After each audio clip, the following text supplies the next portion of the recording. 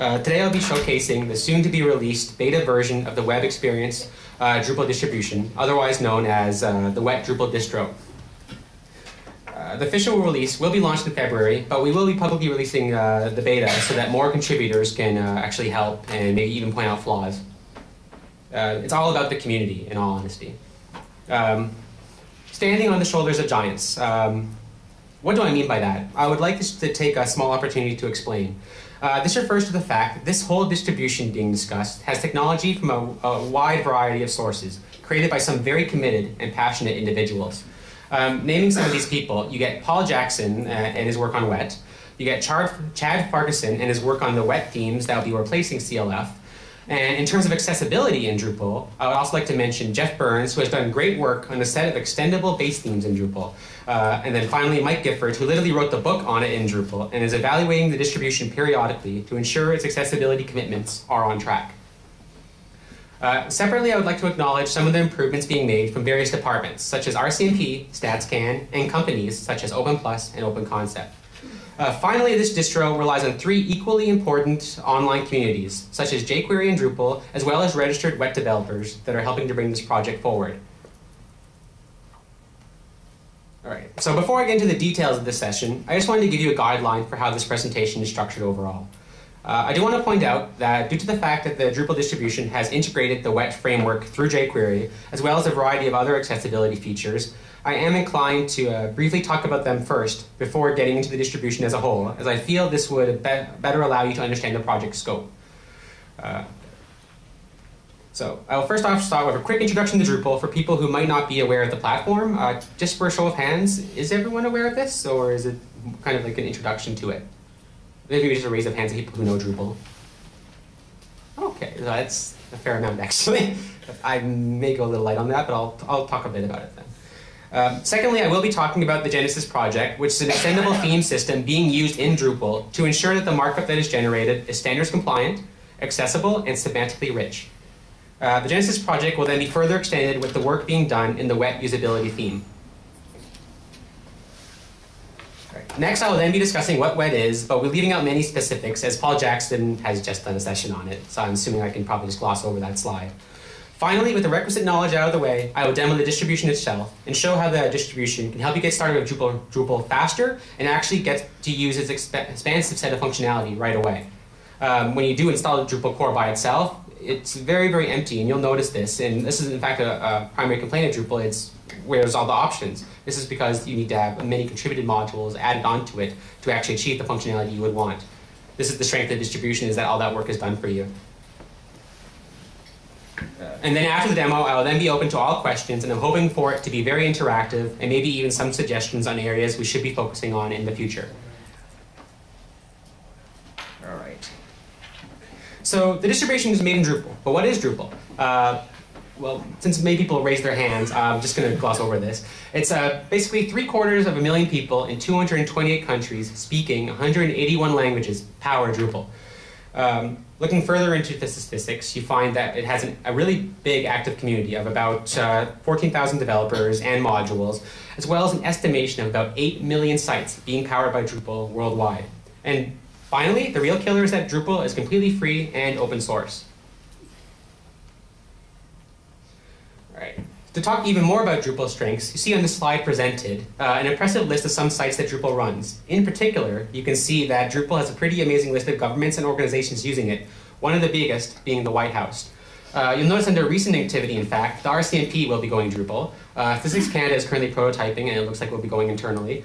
The Standards Council of Canada is also going Drupal. Finally, and this is a big one, Ottawa University, its entire public and student portal will be going Drupal. And those top four will be using the Drupal distribution. And then I also mentioned McGill, which is going Drupal publicly, but will not be using the distro. And then you can also see the bunch of people that have already adopted Drupal in the government and in other industries.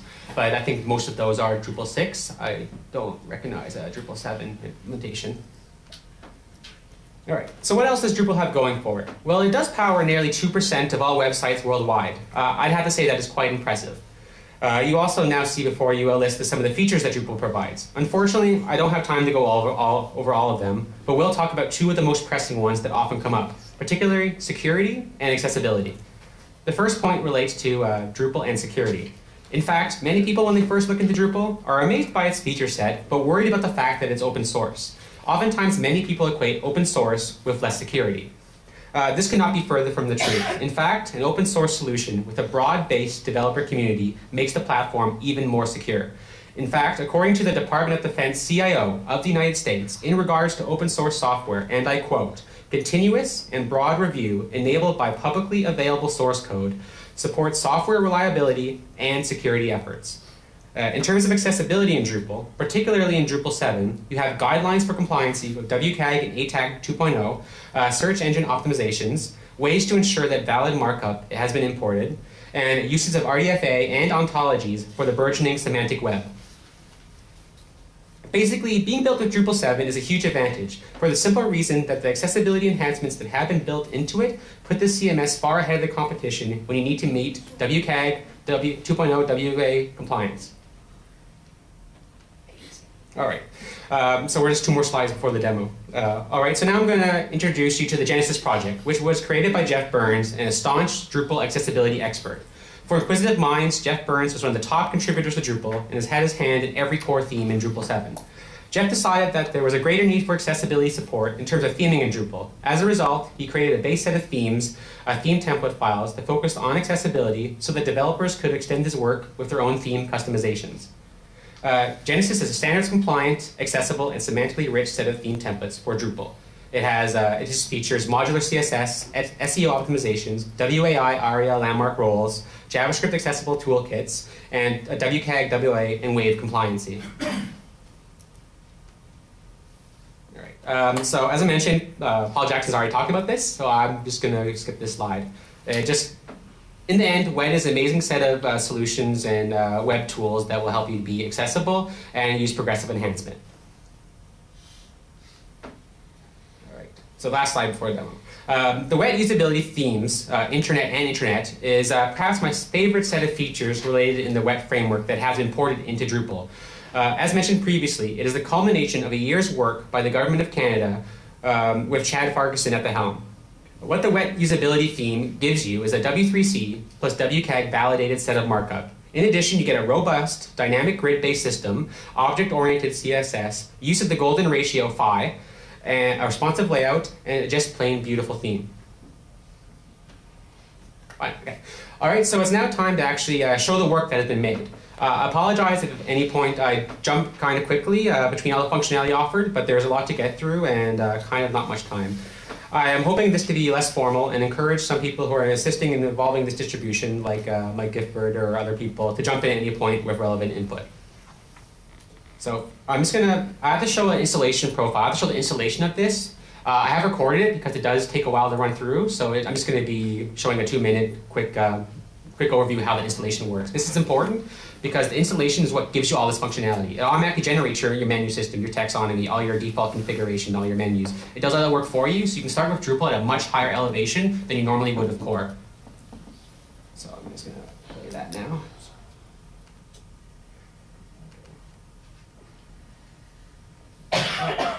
Screen. I'll just talk over it.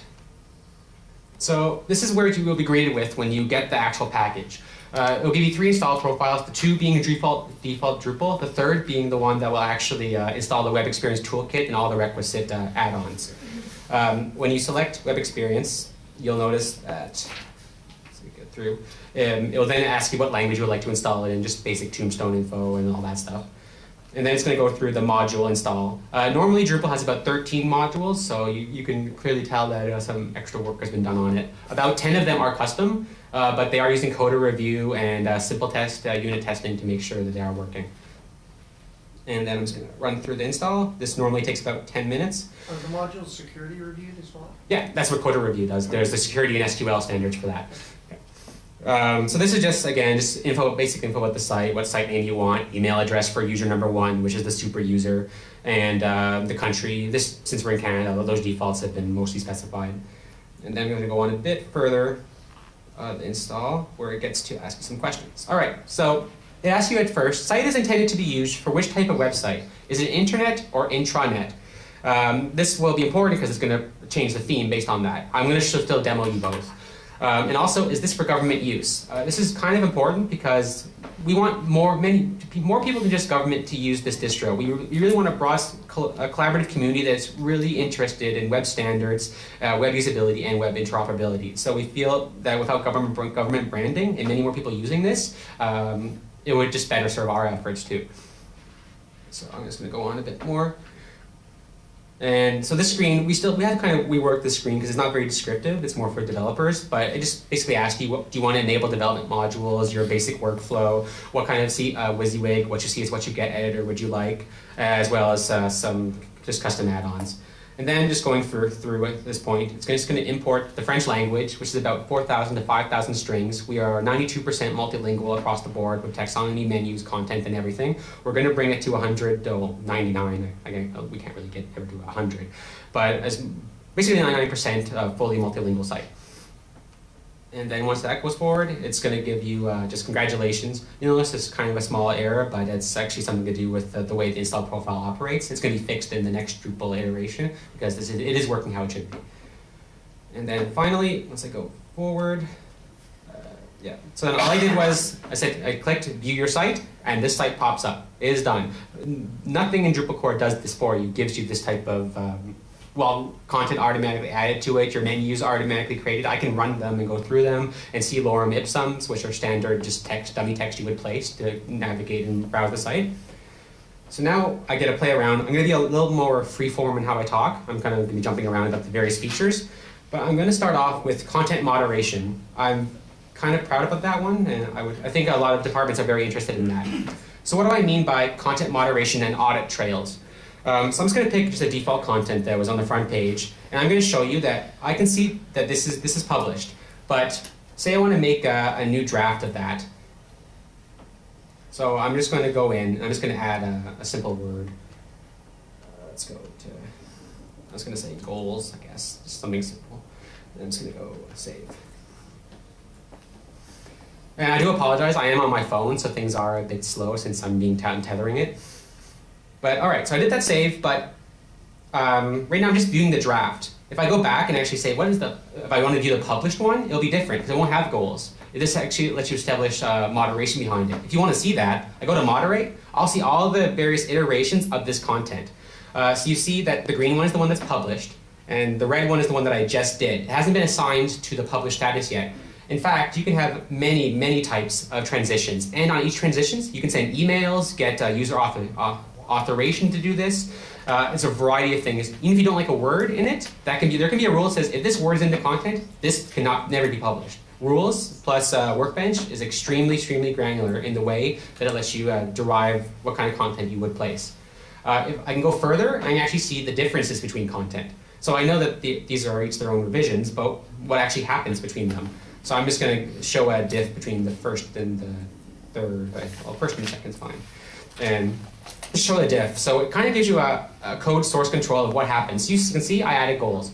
And it just gives a lot of people a very easy way to actually see what kind of work was done in the content. Finally, in terms of content, you have My Workbench, which is very good for managers or for people that want to have a broad overview of all the content in the content management system. So this gives you all the recent content in it, all your edits, gives you the ability to create content, see what files have been added all throughout the CMS. It also gives you a My Draft section, so a place for you to have your own sandbox content, as well as all content flagged for needs review. I should mention that for any state you do define, many more states can come in, so you have needs review, published status, or awaiting authorization, and they'll give you all the content that is doing that. The next thing I want to talk about is possibly one of the most powerful features in Drupal, and that is the migrate module. So you're like, Drupal's awesome, but we have all our content in this in another CMS or even static HTML files. How do we bring it in? This is the goal of the migrate module. It will let you bring in from a variety of data sources, such as JSON, CSV, Oracle, DB2, MySQL, Postgres, and even HTML. What I do here, you notice GovCan main pages. This brings into Drupal 40 pages, 20 French, 20 English, and generates the menu links and the taxonomy so that people, when they actually install this distro, can have a nice subset of information and documentation to come with it. The migrate brings that in. In fact, what we're doing at Statistics Canada is we have a lot of static HTML files we need to bring in, about 8 million. So it's a lot.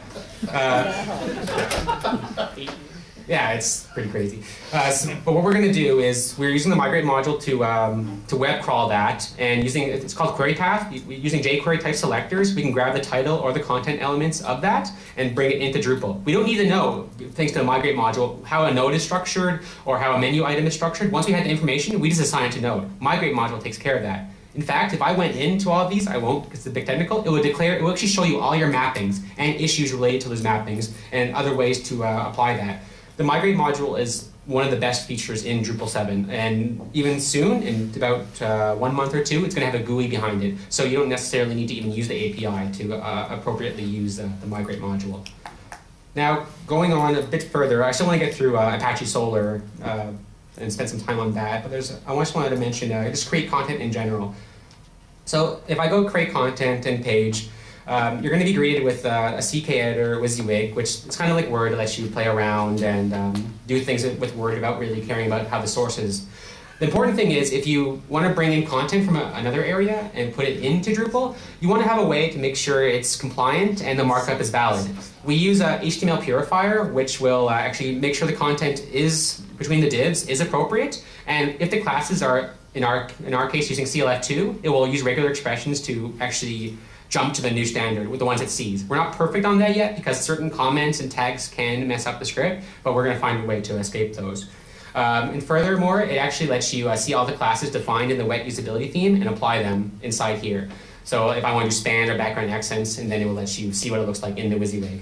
Finally, it even gives you all the templates you would want from the wet, and it will just, once you click on this, it will dump a whole bunch of code in there for you, so you can get best standards related to that.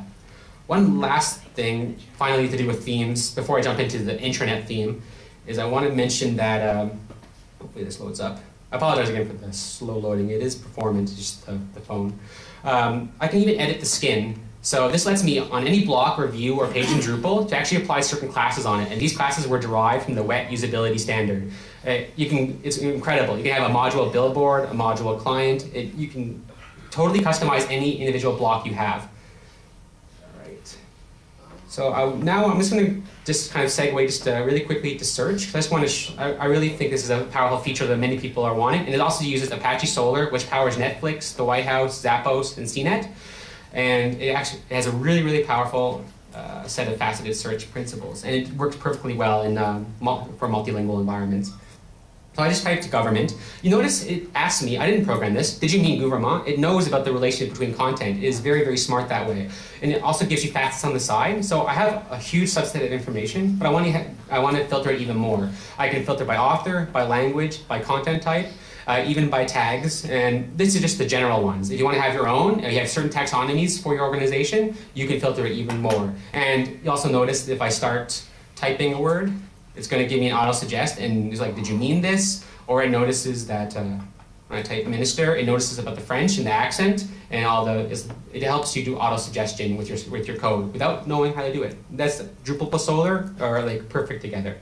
Just a comment on Solr. A big factor for this distro getting good popularity is if you have other databases in government that aren't WCAG capable, you can leverage Solr to index other environments. And through this interface, you can now present that data to also now be potentially WCAG ready. So you can leverage this distro for a lot of things using Solr. Another big one is search. So we're still talking about search, but what about metadata? Well, a lot of people, when they add their content, they need to go into the source and figure out how the data should look, your DC description, your DC summary.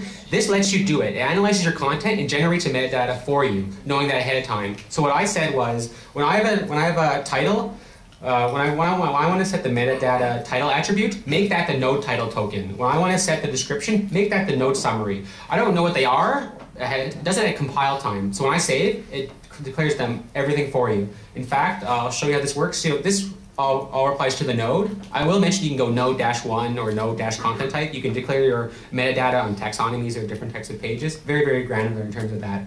But if you want to see that the markup is working, so since Web Experience Drupal prototype is a node, if I just view source, I won't go too much into code after that.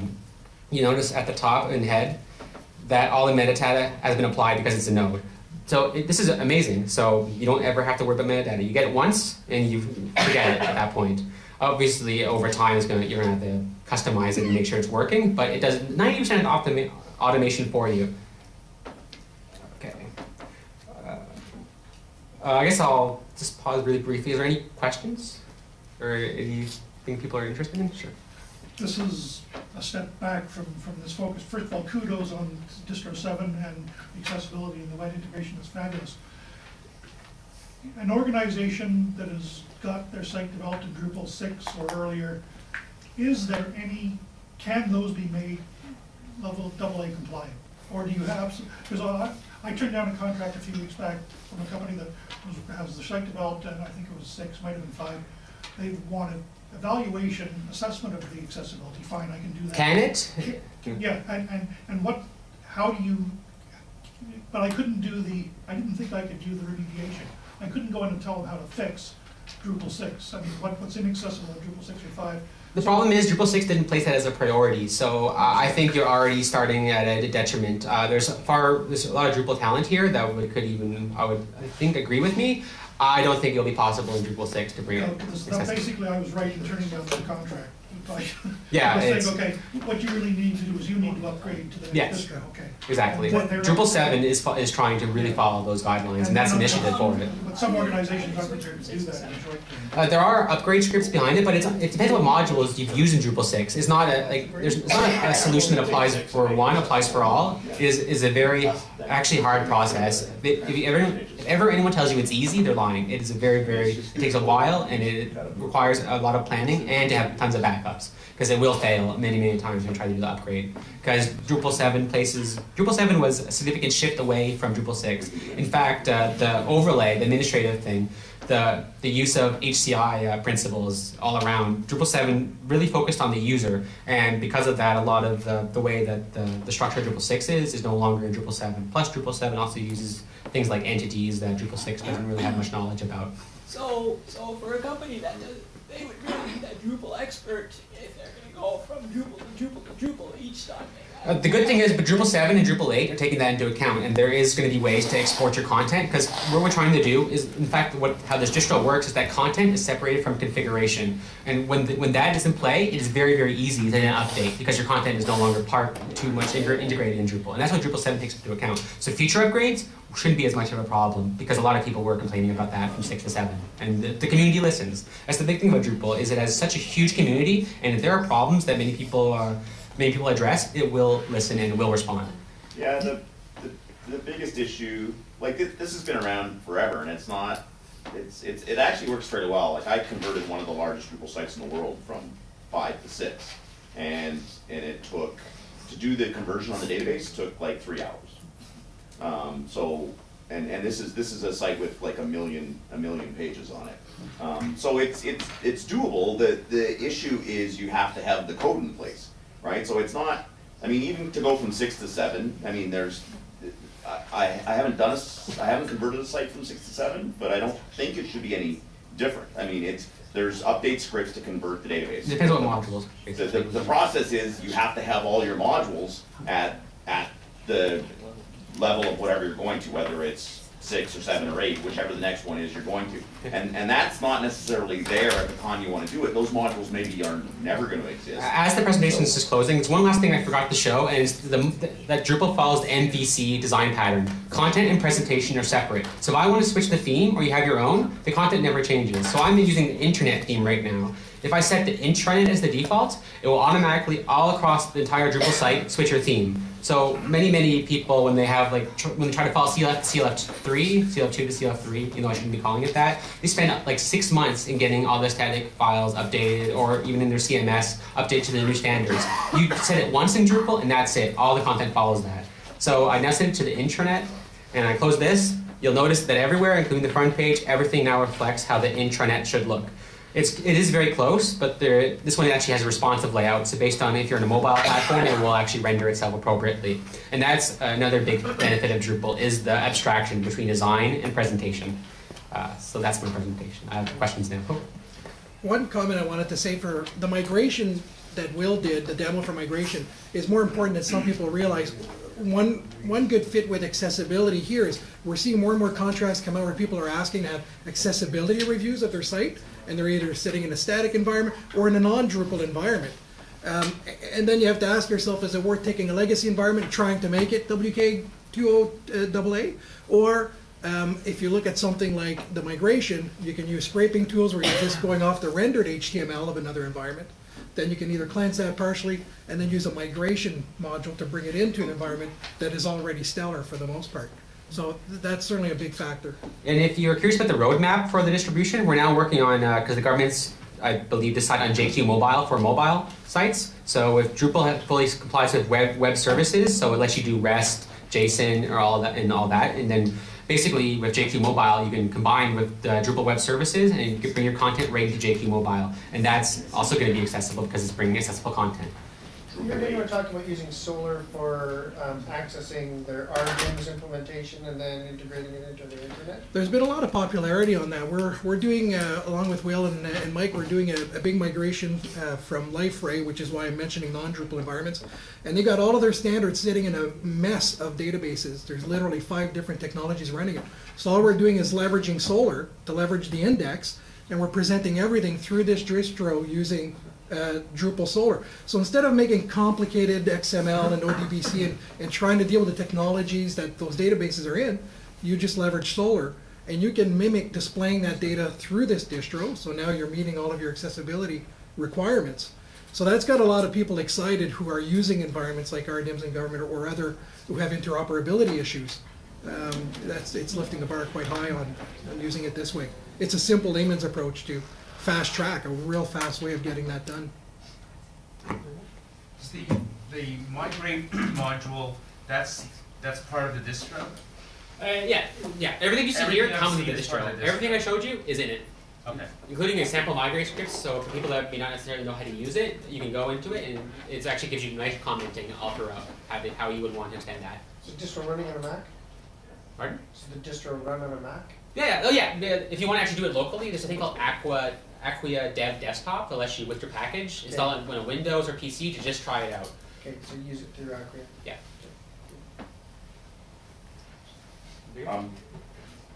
Can you talk at all to wet and its integration into Yeah, this? so we have one prime one is the grid system in wet is integrated. So if I went in and I changed my spans from span-2 to span-5, it will automatically apply itself to the correct padding or any other classes that one would want to have. And then with charts, there's a little charts that's been integrated. So when you have a table showing, it will actually through jQuery render the chart for you in the nice bar graph. All instantly. Wet's amazing, and it's just all wet is jQuery like files and libraries. Of course, Drupal can work with that because Drupal is 19% jQuery. They're a match. Is it doing optimization? Is there a mobile? Yeah, when you talk about performance in Drupal, that is kind of a long talk, but you get into, Drupal works really, really well with reverse proxy caches, so you get varnish to actually, in front of that. It's insane what you can do. And if you have a massive amount of indexes, which many people argue MySQL gets kind of slow in that, Drupal lets you do field level SQL storage, so you can use document object stores such as MongoDB to really, really make Drupal fly. And it has caching and all those types of optimizations. It even compresses all your CSS into one file, little things like that it'll do by nature, which I think some of the other CMSs. Drupal is fast. Don't ever let anyone tell you that PHP is slow. When it's optimized and it's right, and it's conformed to standards, it is definitely one of the fastest. Yeah, my comment was more about is wet really integrated, or like I know we've talked about it a little bit. I'm not. We have so I'm working on the wet module to actually let us do bar parameters. Right now, just as a best guess approach in terms of grids and all that. But if people want to actually set JavaScripts on a certain pages, maybe you don't want all of it to load. That's what the wet kit module is going to be taking care of. Yeah, I'm thinking more about integration, like a calendar pop-up, for instance, like things like that. This is Those where the are in decisions wet. get kind of hard because we have date pop-up in wet, and we also have some features like the view slideshow is a perfect example of that. We're using the wet for view slideshow because it's accessible, but there's also solutions in Drupal. So this is where me and Paul have to get together and figure out what is the benefits between choosing one solution. Right, because the implementations you have, I'm guessing, I'm not 100% sure, but I think they're still not, like when you say they're integrated into Drupal, you mean that you've got a way that the JavaScript fires on the markup. but it's not really integrated. They're not integrated into views and into fields and into. Views can see the JavaScript files, but in terms of and also fields can as well. So It's not like a formatter. Like you don't have so you need formatters for things, and the formatters are for no display formatters and for views formatters. So right? So you want to go and add a date field, and you want to pick on your edit form what the widget is that you're going to use for this, and it's going to be a calendar pop-up. So that calendar pop-up is, I'm guessing, there's no widget, you don't have a widget Yeah, for so that's what, things. these are the type of questions that the WebKit module is going to be trying to address in terms of maybe actually getting a bit closer and actually achieve like, well, So I still use say there's handlers and integrations, like and maybe field like a widgets closer and stuff like that, but Yeah. that stuff's not there now, right? No, well, charts is, because that's just progressively applied, but stuff like that, no, we're still Yeah, making that work. and so chart is basically, if it loads and it sees It sees the a mark, table, fine. it just makes Yeah. a chart. Yeah, exactly. The carousel you're running there, the slideshow is based off web. That is wet, yeah, it is wet, so give you our area roles for all that. Just to clarify, I want to make sure that there was formerly an issue with the Drupal wet theme that was done in the past, and it was. But that was just it a was an theme. ugly, contentious kind of thing. We'll leave that aside. Is this now going to be sitting up on the web? Yeah, this is going to be the only Drupal7 variant does. Because the other one wasn't a distro or anything, it was just a theme, and I don't know, I think it only had maybe a bit of work on it. This is a distro that has many themes. Themes are just a component of this. The problem with that one is, if people have a theme, they're like, okay, great, there's a theme, but what do I do with this? How do I set this up? And that's the problem this addresses. And then also they're like, okay, I don't have workflow, great. It looks CLF2, but it does nothing. These are all the concerns that were in the previous So one. this distro will be available for the web? Yeah, so we're December 5th is when the beta release is going to happen, and then February is when the official release. But we need a lot of beta testers. That's what we're looking for. We need many, many people to look at this and to figure out where it's not succeeding, and even give us ideas. We're establishing a really, really good community. We have people from private organizations, even many departments looking at this. We have people that are going to run this. So we're really hoping over time. You can already see where it's at right now, especially if we have a far broader developer community, it's going to get much more powerful. It's open source, that's just how it works. Yeah, we have an What's the URL externally, for that? I don't know if you guys What's have, the URL? Just if you go to IRCAN, IR? because it's not published yet, the link isn't fully resolved, but it will be on IRCAN, so TBS, IRCAN, Drupal7. Sorry, distro. could you, IR can? Yeah, just Intellectual Resources Canada. R? Just go to Google and type in Web Experience Toolkit. And maybe IRCAN, Start there. but I think it'll be Oh, good with that. but this is gonna be part of that same site? Yeah.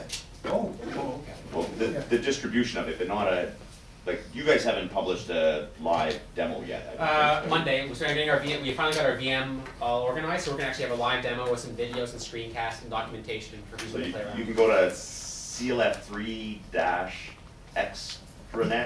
clf3-extranet.liquidcms.org, and there's a demo site of this up and running, and you can log in with admin as your user ID and password, and you can tinker with it as much as you like. Thank you very much for everyone listening, and I'm available for like talks outside.